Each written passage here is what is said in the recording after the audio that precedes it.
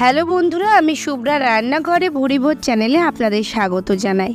আজকে আমি খুবই কম উপকরণে ঝটপট বাড়িতেই তৈরি করে নেওয়া যায় এরকম একটা মিষ্টি রেসিপি শেয়ার করব। সামনেই রাখি পূর্ণিমা, আপনারা কিন্তু ভাই বা দাদাকে এই মিষ্টিটা বাড়িতে বানিয়েই সার্ভ করতে পারেন। ভীষণ ভালো খেতে হয়। চলুন তবে রেসিপিটা দেখে নেওয়া যাক।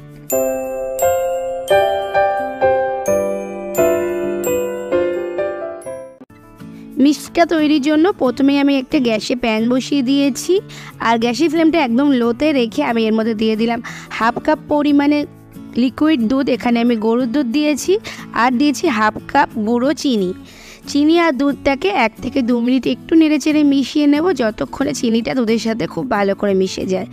একটু মিশিয়ে নিয়ে এর মধ্যে আমি দিয়ে দিলাম 1 কাপ পরিমাণে গুঁড়ো দুধ। যেহেতু এটা আমার হাফ কাপের কাপ ছিল, তাই আমি দুবারে দিয়েছি। আর এই দুধটা দিয়ে আবার একটু নেড়ে চেড়ে মিশিয়ে নেব দুধের সাথে। পুরো প্রসেসটা কিন্তু গ্যাসের ফ্লেমটা লোতে রেখেই করতে হবে, যেহেতু এখানে কোনো লিকুইড জিনিস খুব বেশি পরিমাণে আমি ব্যবহার করিনি, তাই গ্যাসের ফ্লেমটা বাড়ালে কিন্তু দুধটা ধরে যেতে পারে। তো এরকমভাবে মেশাতে দেখুন খুব ভালোভাবে আস্তে আস্তে মিশে যাবে, লাম্পসটা কিন্তু আস্তে আস্তে কমে যাবে। তো দেখতেই পাচ্ছেন এটা কিন্তু খুব ভালোভাবে মিশছে। সামান্য একটু দলা থাকলে কিন্তু অসুবিধা হবে না, যেহেতু এটাকে আমরা ড্রাই করে নেব। আমি আবারও হাফ কাপ পরিমাণে গুঁড়ো দুধ অ্যাড করে দিলাম, আর এখানে আমি ওজন অনুযায়ী 150 গ্রাম দুধ ব্যবহার করেছি, আর দুধটাকে আমি দুবারে ব্যবহার করেছি, সেটা আপনারা দেখতেই পারলে। তো এরপর আবারও দুধটা দিয়ে নেড়ে চেড়ে আবারও ভালো করে মিশিয়ে নেব, আর আবারও মেশাতে এটা কিন্তু আস্তে আস্তে লাম্পসটা কমে আসবে।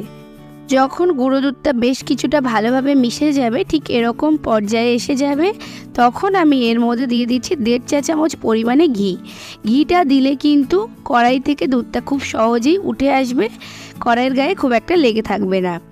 তো 1.5 চা চামচ ঘি দিয়ে দিচ্ছি, আর ঘিটা দিয়ে আবারও একটু নেড়ে চেড়ে ভালো করে মিশিয়ে নেব একদম ড্রাই হয়ে যাওয়া পর্যন্ত। আপনারা চাইলে কিন্তু এখানে ফ্লেভারের জন্য এলাচের গুঁড়ো ব্যবহার করতে পারেন। যেহেতু গুঁড়ো দুধ দিয়েছি, তো গুঁড়ো দুধের একটা স্মেল থেকে যায়, যদি সেটা আপনাদের পছন্দ না হয় তবে একটু এলাচের গুঁড়ো দিয়ে দেবেন। আমি আর এখানে দিইনি। 3 থেকে 4 মিনিট এরকমভাবে নেড়ে নিলেই কিন্তু একটা পর্যায়ে এসে এটা সুন্দর শুকনো হয়ে যাবে আর কড়াইয়ের থেকে উঠে আসবে। তো ঠিক এরকম পর্যায়ে চলে আসলে দেখুন এটা কিন্তু কড়াইয়ের থেকে ছেড়ে দিচ্ছে। ঠিক এ পর্যায়ে এসে গ্যাসের ফ্লেমটা আমি অফ করে দেব, আর 5 থেকে 10 মিনিট মতো আমি স্ট্যান্ডিং টাইম দেব। 5 থেকে 10 মিনিট পর যখন এটা একটু ঠান্ডা হয়ে যাবে, তখন কিন্তু এটা এরকম একটা মন্ডর মতো তৈরি হয়ে যাবে। এখন কিন্তু আমার গ্যাসের ফ্লেম কিন্তু একদম অফ করা আছে, আর তারপর এটাকে আমি একটা পাত্রে ঢেলে নিচ্ছি। একটু উষ্ণ গরম কিন্তু থাকতে হবে, নাহলে কিন্তু এটা একদমই টাইট হয়ে যাবে। হাতে সামান্য একটু ঘি নিয়ে এটাকে একটু মেখে নিচ্ছি, যাতে এর মধ্যে যদি কোনো দলা ভাব থেকে থাকে সেটা মিশে যায়। তো একটু এরকম 1-2 মিনিট মতো একটু মিশিয়ে নিয়েছি আর মেখে নিয়েছি। তারপর একটা চামচ দিয়ে কিছুটা পরিমাণে এই ডোটা হাতে নিয়ে নেব। চামচ দিয়ে নিলে কি হবে, আপনার মিষ্টির সমস্তগুলো সাইজ কিন্তু একই রকম হবে, তাই চামচ দিয়ে নেওয়ার চেষ্টা করবেন। এরপর হাতের মধ্যে নিয়ে এরকম চ্যাপটা করে শেপ দিয়ে নেব। শেপটা আপনারা পছন্দ মতো যে কোনো শেপে দিতে পারেন। আমি একদম সিম্পল একটা শেপ দিয়েছি, যাতে যে কোনো কেউ এটা বানাতে পারে।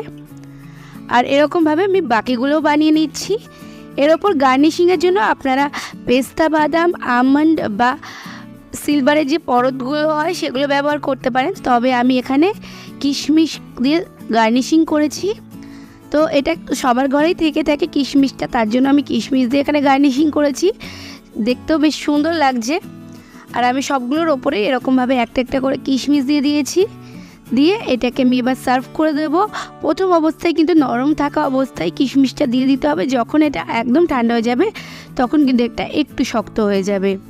এটা খেতে কিন্তু ভীষণ ভালো হয়। আপনারা কিন্তু এবার রাখি পূর্ণিমায় বাড়িতেই ঝটপট এই মিষ্টিটা বানিয়ে দাদা বা ভাইকে দিতে পারেন, ভীষণ পছন্দ করবে। বা বাড়িতে গেস্ট আসলেও কিন্তু এটা সার্ভ করতে পারেন।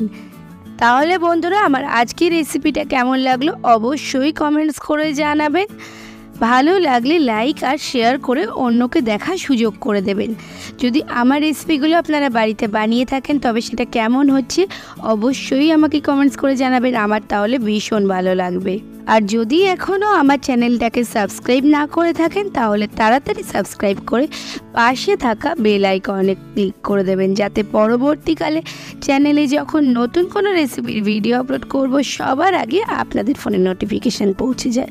আজকে এ পর্যন্তই, আবার আসবো অন্য কোনো দিন অন্য কোনো রেসিপি নিয়ে।